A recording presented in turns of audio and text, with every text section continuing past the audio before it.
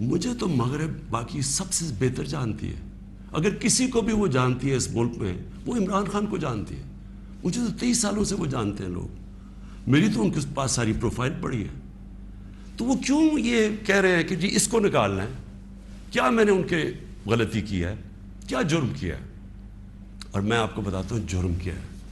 سب سے بڑا جرم یہ ہے کہ انہوں نے ساری پروفائل جب میری دیکھی، اور ان کو پتہ ہے پہلے سے کہ اس نے ڈرون اٹیکس کی مخالفت کی، اس نے عراق وار کی مخالفت کی، اس نے افغانستان مسلسل کہتا رہا کہ یہ ملٹری سلوشن نہیں ہے افغانستان میں، یا یہاں مذاکرات سے بات ختم ہوگی.